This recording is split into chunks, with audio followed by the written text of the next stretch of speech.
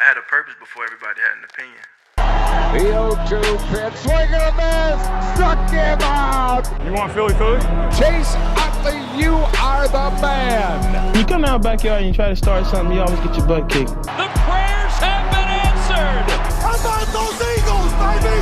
And Rio Muto can run for days. Can you feel what's about to happen on this field, man? A perfect game. Roy Halladay has thrown the second perfect game in Philadelphia Phillies history. We are not going to be talking about the Phillies today. We will save that for tomorrow when either the job is finished or the job is finished. But welcome back to another Phillies Talk episode. This episode, I'm still going to try and follow the format, but this game's going to be very similar to the Bucks one, where there wasn't a lot of bad to talk about, but we'll get to all that in a bit. The NFL this week was a bit weird. We saw the Ravens blow out the Lions, which really caught me by surprise. I really couldn't believe that. The Bears and Raiders. The Bears ended up putting 30 points on the Raiders. It's pretty crazy stuff to see. The Browns and the Colts had a very close one, 39-38. Shout out the Browns kicker I had on fantasy. He got me 26 points. The Bills lost to the Patriots, which was very surprising. Looking through the rest, the Broncos beat the Packers. Pretty crazy stuff. The Chiefs obviously won. And on Monday night yesterday, the Vikings beat the 49ers. Brock Purdy throwing a costly interception at the very end. And fans of not only just like the football, but 49er fans and just like fans in general seem to be turning on Purdy in the sense that like they're slowly starting to be like realistic about him in a sense, I guess, in the sense of like now being able to like truthfully analyze his talent.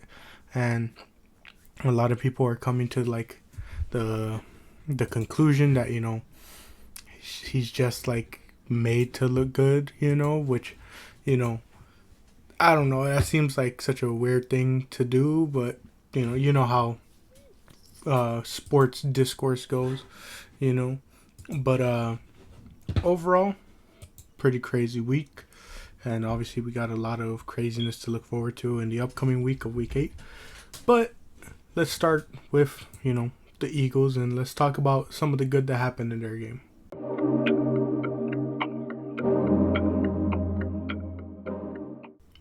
So, starting out with the game against the Dolphins, obviously, it was going to be a tough one, as once again injuries kind of screwed us over. Not screwed us over, but we were kind of going into a game with some players out.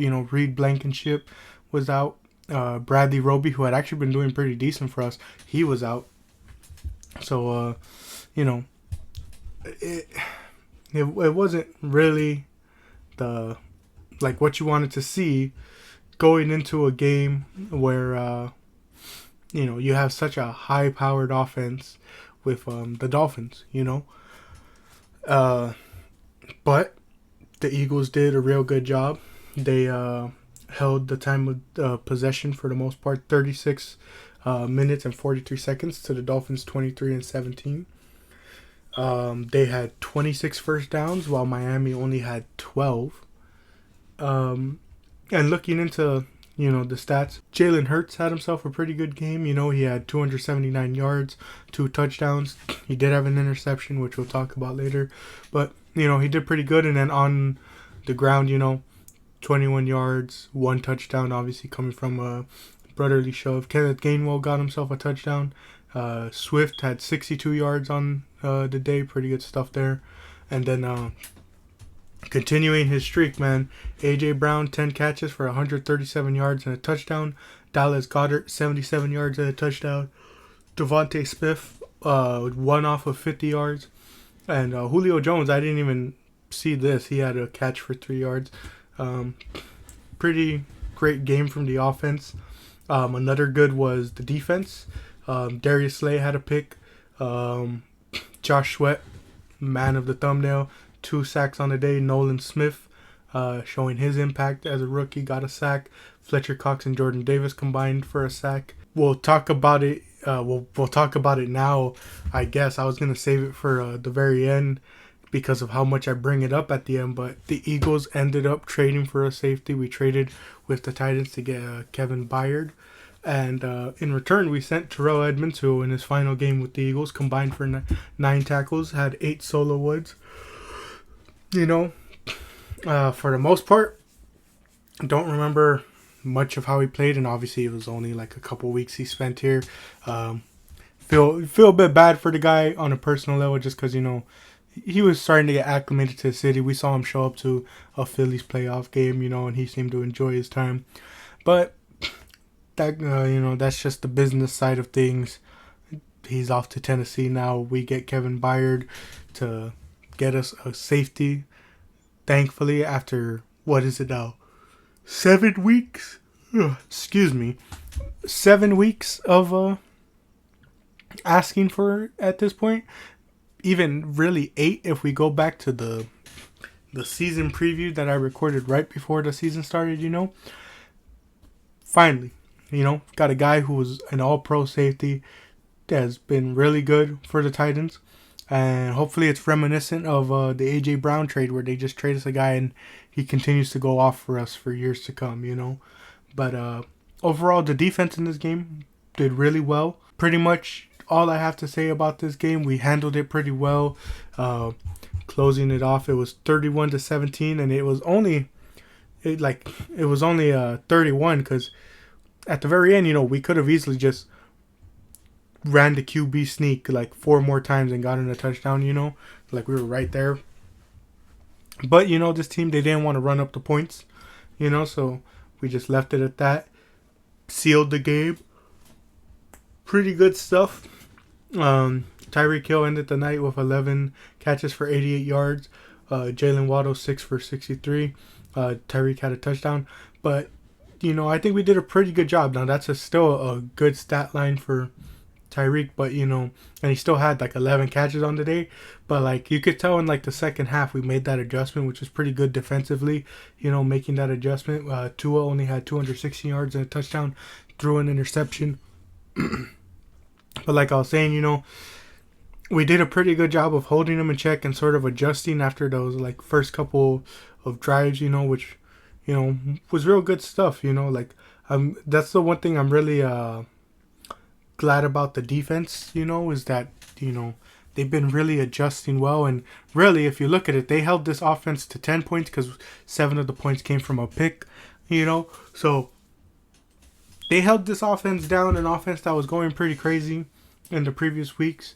I don't agree with the sentiments that people are, you know, saying about the Dolphins, because as an Eagles fan, I could relate to, you know, what they're saying, you know, where they're like, oh, they haven't played a good team. And it's like, okay, I can understand it, you know. The Broncos, the Patriots, the Giants, the Panthers, they're not good teams, you know, this season. Obviously, the 2 teams that, you know, are look like that we know are good, you know, roster-wise especially, are the Chargers, even though they're 2-4 right now, and the Bills. They beat the Chargers week 1. They lost to the Bills. Now they lose to the Eagles, who lead the NFC, I believe, now record-wise. And people are trying to spin the narrative that they can only beat bad teams. And as an Eagles fan, you know, I can relate because the same thing happened to us last year.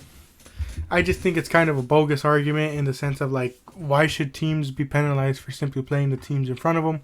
If they lost to these teams, people would spin other narratives out of it. You know, it's the same thing with the Eagles. Like, last season, if they had lost to some of those teams on the schedule, people would spin narratives out of it about how they can't beat, you know, bad teams, and how are they supposed to beat the good teams? They can't beat the bad teams. But then you beat the bad teams, and now people are spinning narratives that you're only winning because you're facing bad teams. It's like, what? Are you supposed to lie down and take the loss or something? Like, I don't get it, you know. But overall, real good game, but there was some bad to it.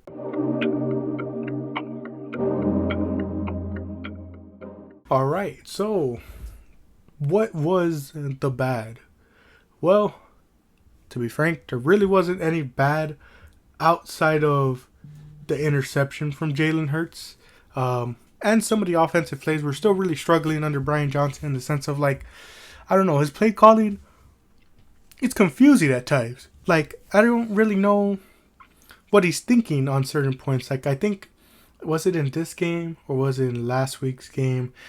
I think it was in this game where they ran like a weird like quarterback sneak on like not quarterback sneak, like a quarterback draw on like third down, and you're like, what are you doing? Like, to me, that just signals for like a play to Goddard, you know, to take advantage of them leaving that gap open in the middle, because they were just kind of begging them to run.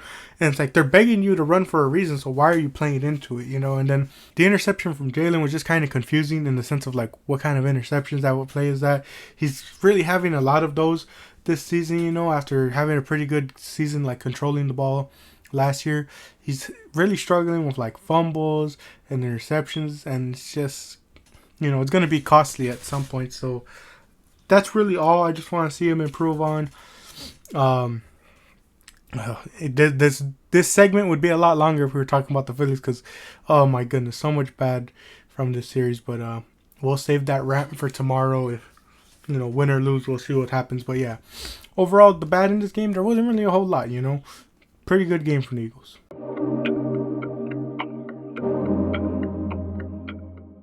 But looking forward now, we have, it's not a bye week just yet.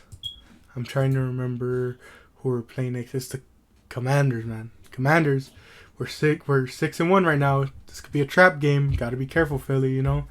Just, especially seeing as the last game, you know, that game went to overtime with them. Don't let this one play out like that. This is a game that you have to go out there and play like you played against the Rams, against the Dolphins, against the Bucks. You know how we played against the Jets. You know, like, we do not need that right now, you know. You need all the momentum you can going into the next week when you're facing Dallas, and then the bye week, and then after the bye week it gets pretty crazy, man. You got the Chiefs, the Bills, the Niners, the Cowboys again, the Seahawks, and then you close out with an on paper a fairly easy 3-game stretch of the Giants and Cardinals and Giants again. So, you know, you gotta mentally prepare yourself for these next upcoming weeks. Overall, moving forward, how happy are you guys to not have to hear me say, go out and trade for a safety before the trade deadline or at the trade deadline. Go trade for a safety, etc., etc. We finally got one, so I can finally shut my mouth. At this point, looking forward, just got to hope for less injuries, hoping for guys to come back from injury. And overall, just for the offense to get themselves together, you know. They're sort of fighting their way, and, you know, I'm still holding out, you know, for Brian Johnson, giving him time to really adjust to being the coordinator. And hopefully he can, you know, start game planning as well as I know our defensive coordinator's name, but I don't want to butcher it. I always hate when I butcher people's names. But he's done a real good job of adjusting, as we talked about these past couple weeks. So hopefully he can, you know, start making adjustments like him. And to close out, you know, there's a common joke for a team's best player, not best player, but best defensive player, you know. Like, for example, the Phillies, you know, a lot of Philly fans like to joke and say 2/3 of the earth is covered by water. The other third is covered by Johan Rojas out in center field, you know. And with the acquisition of Kevin Byard to now play safety for us, I think it's, you know, only correct to say that for the Eagles, I think it would be 2/3 of the earth is covered by water, and 99% of that water comes from people crying about the quarterback sneak.